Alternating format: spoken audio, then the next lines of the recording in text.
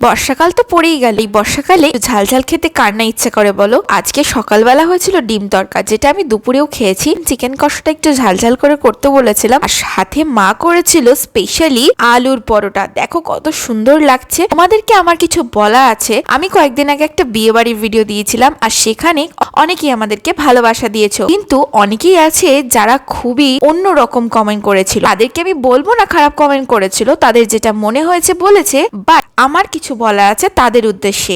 একজন কমেন্ট করেছিল আমি নাকি খেতে আর নিন্দা করতে গেছি। যতটা পারি সত্যি কথা বলার চেষ্টা করি। আমি কিন্তু রিভিউ দিতে যাইনি, কিন্তু যেসব বাবা মা তাদের সন্তানের বিয়ে দেওয়ার পর প্রীতিভোজের আয়োজন করে, তারা স্বাভাবিকভাবে একটু হলেও এক্সপেক্ট রাখবে ভালো খাবারটা সবাই যাতে পেতে পারেন। তার জন্যই তারা অনেক অনেক টাকা খরচা করে। ক্ষেত্রে দোষ বাবা মায়ের না। পুরো ভিডিও দেখলে বুঝতে পারবে। আরগুলো যে খুবই খারাপ ছিল আমি সেটা কিন্তু একবারও বলিনি। সব রাঁধুনিরা বা যেসব ঠাকুররা রান্না করেছেন, কথাগুলো আমি তাদের উদ্দেশ্যেই জানিয়েছি।